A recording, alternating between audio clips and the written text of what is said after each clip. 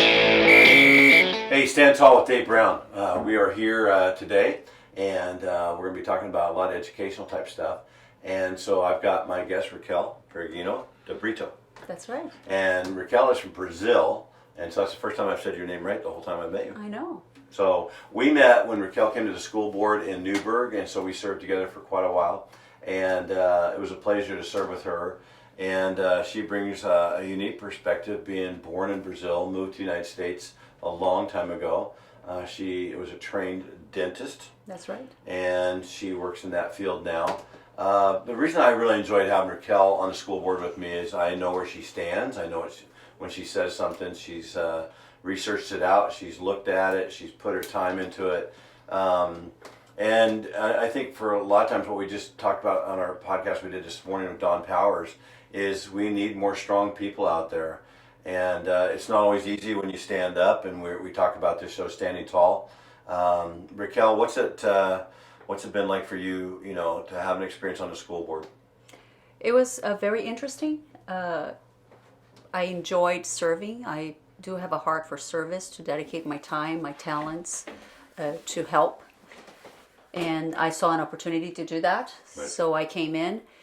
It is a little bit concerning that while many people think that the school board can go and do a lot of things, I think it was a little bit frustrating to see that power comes from the state more than what we really can do. But I think our time, our service there brought a really good impact to the school district of Newberg, because we were able to hire a superintendent to come in and really do a good job in helping students achieve academics, because that's what I believe school is for. Yeah, I think our one of the frustrating things for me, being on a school board, is the same thing. It's kind of like rewarding. You kind of go onto it thinking it's going to be a certain way, and it's not. And the state has a lot of control over the school boards, and more than you would ever imagine. And not everything, like when you live in a state like Oregon, comes down the pipe that's doesn't lean pretty hard to left. And a lot of these decisions to me weren't good for kids. They were good for adult agenda-based things. And I, as a coach and a person who worked in the public schools, I just wanted to help kids. And then secondary would be the parents. But about the time I retired 5 years ago is when things started to swing pretty fast. And so like in our time on the board, we were attacked at every board meeting. Oh my, yes. That was one of the things that I would say it was not positive, was, volunteering for service for betterment, and then be attacked in a personal level by, many people who they don't want to stand up to serve, but they also don't want to let others do it.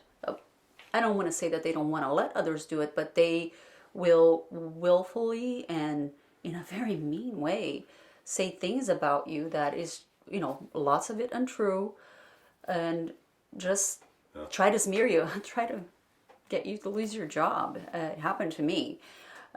So I don't know that, how to fix that, and can we all agree that whoever wants to serve has a mind to improve education for kids, because that's what the school is for. Right. But I think we really lost, at the time we served together, it was really frustrating, because I go back when I first came to my first school board meeting, and Brian Shannon and I were both elected at the same time. I didn't know Brian at all.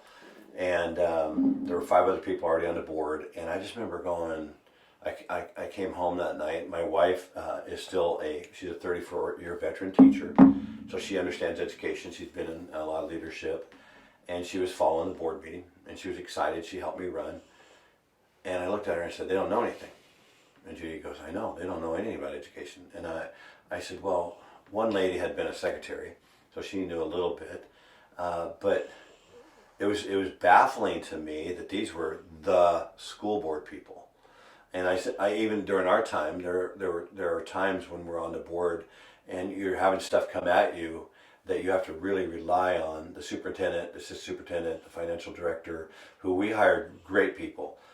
Before that, though, when we were dealing with the previous administration, oh my goodness sakes, you knew you weren't getting the full truth. You knew you weren't being told stuff the way it really was. And trying to decipher through all that, it's really frustrating because you think you're there just to help kids. Yeah, and I really got involved in this when I heard, through the community that that ban and all of that, and I went in and spoke up about my opinion on what some of the things that are being pushed in the school instead of math and science, that it's really detrimental to kids. Yeah. So I got involved because of that, and then I started to really get involved, and I'm going to watch every board meeting now. And I remember there was a board member who said a message in another language, and I happened to understand that language. And Yeah. and with all this talk and virtual signaling of access to people and treat everyone fairly, there was this gap there of I'm speaking a language that most people don't understand, and I don't care. And Yeah. and But that goes back to the adult agenda. Yes. I think what I want to get our listeners to understand is, I think we all experience it. Frustration on both sides. Right. I mean, it's crazy when you're sitting there in a school board situation, and especially like our time, I was board chair. Yeah. I tried as hard as I could to just stay calm. It's hard. And when you're on a school board, you get asked a question or a comment back from the public. It's not what you are supposed to like debate with those people that night. You just listen, say thank you very much, and then we move on.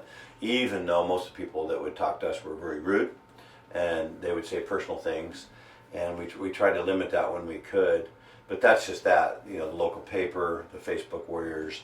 What I don't get to this day, Raquel, is, and I appreciate you from the standpoint that you're a wife, you're a mother.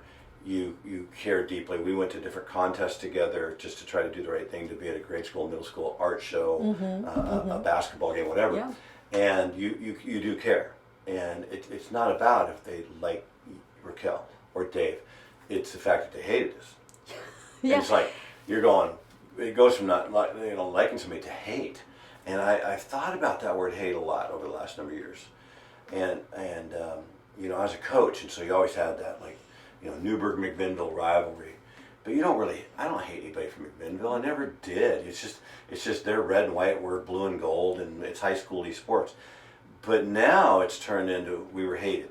Yes, and attacked. And I always tell my kids when they say something like, "Oh, I hate this," well, hate is such a strong word and feeling that is really not good for you.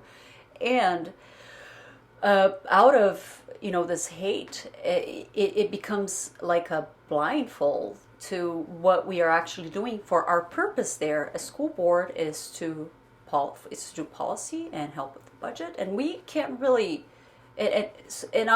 My goal there, and I think yours too, was to make sure that kids were being well prepared for life. That's what I want. I want a senior in high school to come out of it being able to read a scientific text, when they get to college, if that's what they want, or have a skill that they can find a job right away, or be able to, count things and deal with money. And I don't, it worries me that, well, this is what I want. Well, but I hate you, and I don't care if that's your goal. I just want to destroy you and put someone there who wants other things to happen in school. So that's where it comes down to, is if it doesn't matter if what we want is the best for the kids. What matters is that I don't like your politics, and board is not a political place. It's really about policies for the school, like how parents have rights, or so it is really important. Let me interrupt you there. I'm we're going to continue this one Yeah. on here. I just want everybody to know standtallwithdavebrown.com. That's where you can go to the website. We want to have a lot of information out. We're going to have people like Raquel write stuff for us, so it's on there. So we continue to have a written dialogue of things going on. Yeah. You can go there and email to Stand Tall. We have other subjects we want to cover, and we're education politics. We're going to have a podcast on Jesus. We already did one this morning on sports, and we'll also have people's stories, which are fascinating. One of these days we'll do one on what it's like to be a highly educated woman who became a dentist coming from a different country, Brazil. And also, we're plugging stuff. We've had so many people request sweatshirts and T-shirts. You can go onto the website if you want one of those. People want them, so we're like, cool. If you want those, jump on there, and we're going to stop this one, and we'll be right back for another one. Awesome. Hey, we'd like to do a shout out to Stand Tall. We're growing way faster than we even dreamed of. So thank you to everybody that's supporting us out there. A great way you can support us is to go to our website, and we'd love to have you give to Stand Tall. We want to fight for everybody that needs somebody to stand tall for them. Right now, our big push is for girls and women's sports. Dallas Malloy and Riley Gaines and all the people out there that have reached out to us, we want to help them, and we want to help you, and we want to help your neighbors, and we want to help everybody. We don't care what state you're from. We don't care where you're from another country. Stand Tall wants to stand with you. Please go on there and give and donate, because we're going to turn around and help other people out. And then we do have some merch on there. There's some sweatshirts, and I have a T-shirt I'm wearing right now. We've had a lot of people asking for these, and so we'd love to have it. We're going to add hats down the road. There might be a different logo on some stuff. We might have 2 or 3 of those coming up there, and we would love it. So go to the website, standtallwithdavebrown.com, and you can also email us at standtallwithdavebrown@gmail.com and tell us what you're thinking. And we'd love to get some of you guys on the show, no matter where you're from. We have people from all over the country wanting to be on our show right now. And we're going to grow this thing, and we're all going to stand tall together. So thank you so much.